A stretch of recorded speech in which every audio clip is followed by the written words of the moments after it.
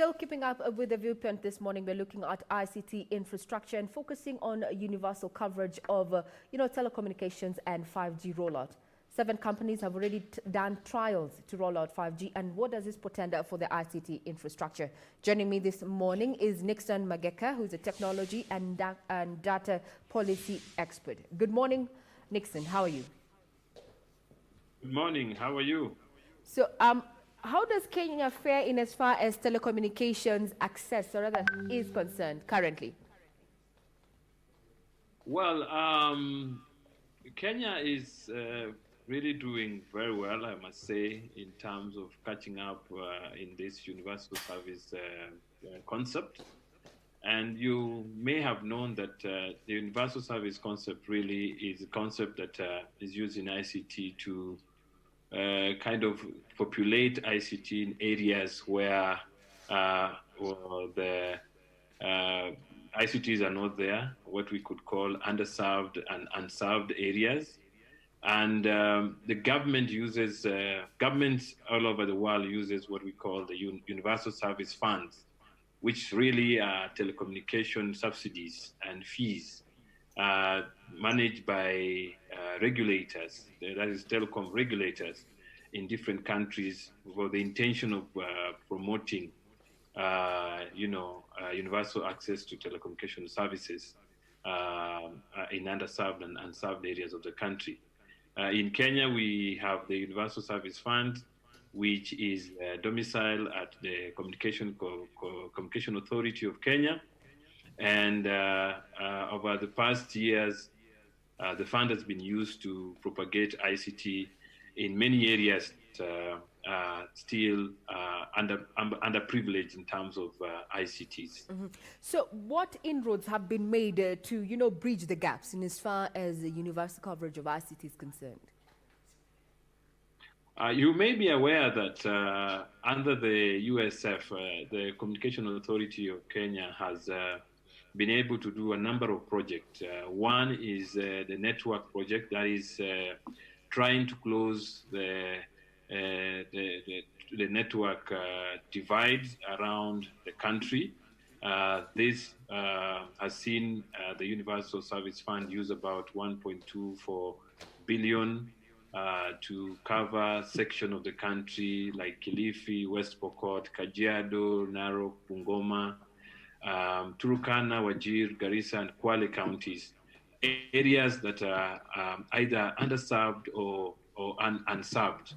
And then, of course, the second project that this fund has been able to do was the broadband connectivity, where CEA has connected about 869 schools, public secondary schools, at a cost of about 850 million. So initiatives like this are geared to, stretch the expanse of ICT in this country, and then also close that gap of the digital divide. Now let's talk about 5G. Kenya is poised at, rolling out 5G. What impact, what are the likely benefits are we going to get, or rather the impact in the telecommunications industry as a whole? Well, the 5th generation network, as we call it, or 5G as you're calling it, promises super fast speeds. It's about 10 times or more faster speeds than what we have as 4G. But I also will be quick to say that 5G will not replace 4G per se. We will see a coexistence of 5G and 4G alongside. But of course, 5G, like I said, will improve the speeds and therefore also create a lot of new economic opportunity because it will enable more connectivity of devices on the technology, as we call it, Internet of Things. You will be aware that 5G can support 4G supports up to 4,000 devices per square meters, whereas 5G will support around 1 million devices. So that makes it more powerful and moving forward, things like Netflix, streaming, and voice calls and YouTube will be carried in a very fast network without interruption of a limited airspace. So we Yeah. will be seeing fast technology, and we will also be realizing a lot of opportunity with 5G, where we will also be having issues of artificial intelligence, Internet of Things, and also things to do with driverless cars and so forth. So all this technology will be supported under the 5G or the fifth generation network. Aha. Very well said in that. Now, a few months ago, the president, that is President Uhuru Kenyatta, said that Kenya had gotten into a deal of sorts, Telecom Kenya with the Google Loon project, and that is keen on ensuring that underserved areas, Marsabit, such areas, Faflang, also are connected to the network. What's your take on that? Well, I think it's a good initiative because as much as possible, every technology that works to close the digital divide is welcome. We have used fiber to roll out broadband. We have used VSAT, and of recent, like you have pointed out, we now are going to the Loon technology, which uses balloons to try and close the gaps where we will be able to, be able to give Kenyans access to the internet.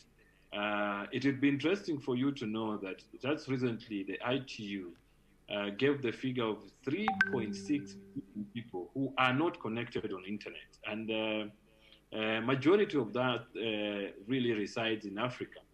So any technology that would work to connect the public, the people, the citizen to the network is really encouraged, and especially if you look at the period that we are in, COVID-19, it has taught us a lot of things because now there's limited interaction of people, and therefore, even using platforms like what we are using now, like Zoom, to reach out and communicate information, and because of the epidemic that we are facing now, people are working from home, schools are closed, and therefore teachers are reaching out to students through technology.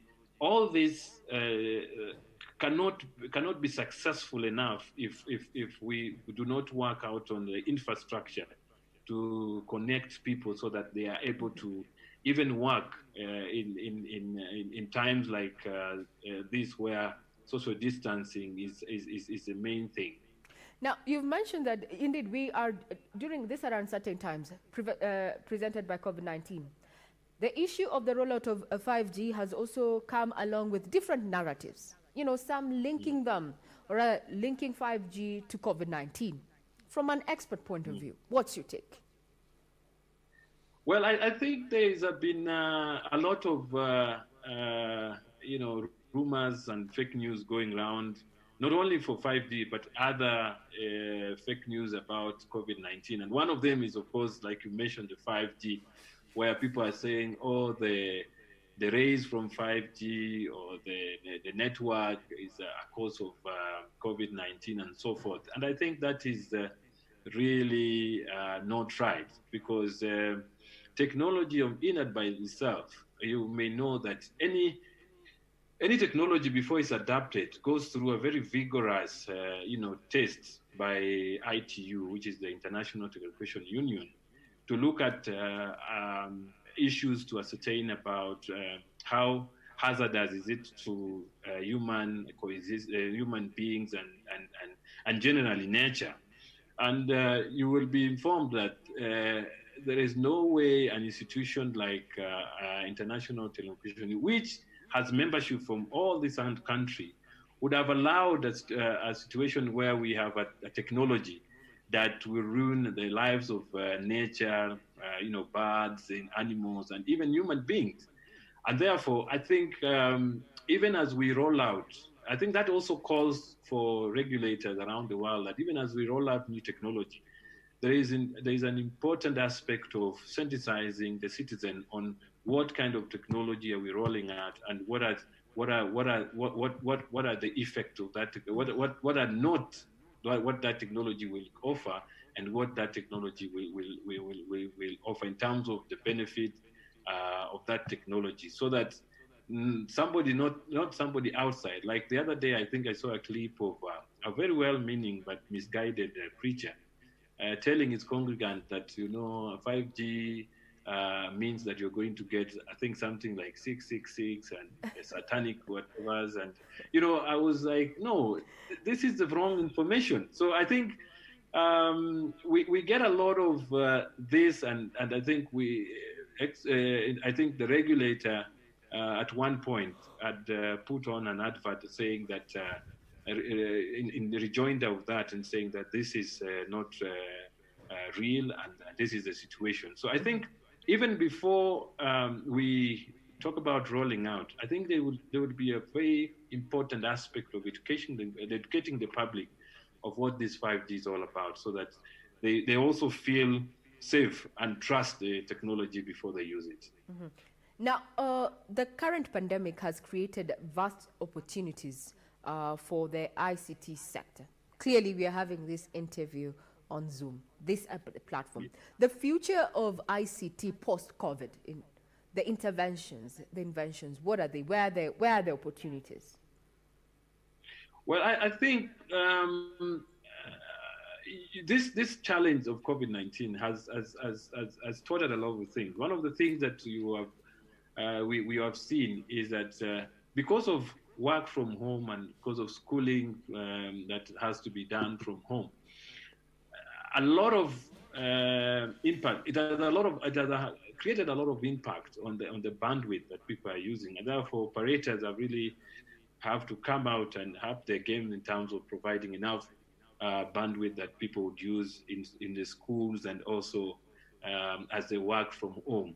But it also has created a lot of, may I say, opportunity, however bad, for people or criminals, cyber criminals, and other actors who are using this COVID-19 crisis to launch social engineering attacks, and individuals who are facing online threats, and even our students and pupils who are learning online. There's a lot of risk on what sites they would be going on and all that. But overall, what the opportunity that COVID-19 presents for us is enormous. One is it has given us opportunity to develop innovative ways of going around this COVID-19, especially now as we can experience the Zoom technology uptake is so high.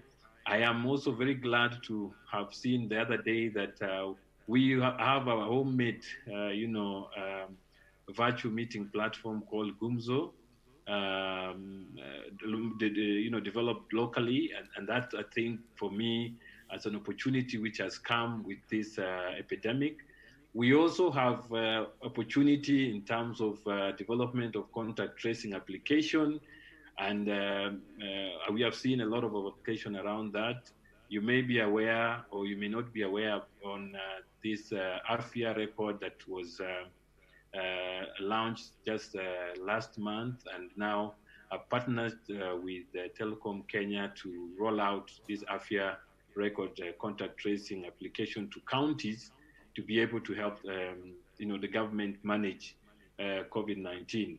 You'll also have seen, and I think yesterday from the CS of Health, Kagwe, ICT enabling real data for that have been accumulated, counts of the different counties, and also projecting and having a visualization of data on what is expected moving forward. And this has been a great movement going, and also a lot of opportunities that we see coming with this. And you see, the government also the other day have created what we call COVID-19 ICT committee, which one of the responsibility is to look at calls. The other day they put a call to kind of ask innovators on what they are doing in terms of managing COVID-19, and therefore opportunities for innovators to present their innovation for promotion by government. Clearly, the pandemic has created different opportunities for the ICT subsector. But now let's look at how we can incorporate ICT, especially in agriculture. Interventions to support agriculture. We pride ourselves as an agriculture-driven economy, and how can we marry now ICT into agriculture? Yeah, there's a lot of initiatives that are going on to incorporate ICT in agriculture, and especially when you have policies around government on e-agriculture. One of the things that you realize that there has been a lot of innovation around removing, in order to promote the sale of our products, either online or to be able to enable farmers be able to have knowledge on some of these things that are happening around agriculture. For instance, we have systems now that can tell the farmers and project the rainfall so that the farmer is able to have that knowledge on when to, to plant his crop and when to expect the rains. There we have, technology now of irrigation that are using AI, artificial intelligence, to be able to tell, and at time to be able to tell when to spray the crops and when not to spray crop. We have, apps that now promote to help farmers to sell directly their product, and they are cutting the loop for the middlemen who take a lot of money from the farmers. So there are a lot of initiative around agriculture, but this should also be promoted by government policies that promote the use of ICT in agriculture. So there's many opportunities even for young people now to come up with innovative ways of looking at how then to help farmers in terms of their ecosystem of agriculture and farming. Now, as we come to a close, there's been a question about data usage. How safe is our data out there, especially now that government, like contact tracing? So usage of data, how safe is personal data in this era? You are aware that recently the Kenya, the president put into law the data protection law. And that law specify what data can be used and what data cannot be reused and so forth. But having said that, you realize that health data is very critical because health data is one which is prone to be used in reused in either research or other areas like that. And therefore, first of all, we have a legal mechanism that protects and outlines how data can be used either in public and how that data can be stored. But over the years, we are also encouraging that even with the legal document, I think the document may not be as good if it's just stored. I think the public needs to know what is the context of the email so that they are aware of what kind of data or what kind of data they should be able to give and how that data is protected. Because like every day we give data to government, every day we give data to hospitals, and as an individual, as a citizen, we are not very sure how that data is kept or how safe that data is kept. So I think for me, one of the things the government should do deliberately is to try and empower the citizen to know what is the content of that data protection. And when they know, then they are able to be armed to know that if I give government my data, I am assured that it is safe. Or if I give data to anybody, I'm assured it's safe. Because people give data every day. I mean, if you are registering into Facebook, if you're registering into Google, Gmail, and all that, you're giving out your data. People need to know at what point am I able to at what point am I able to safeguard myself so that I just don't give out data for anybody anywhere. Recently, I think somebody was sharing with me the way the apps that are for shopping are coming up. And this was for Carrefour, where he says that if you use that, the app, it will then tell it'll do two things or three things. One, it takes it takes a record of the things you buy and keeps the record of the things you buy, so that anytime you go back to the supermarket, it already assumes that you are going to buy certain things.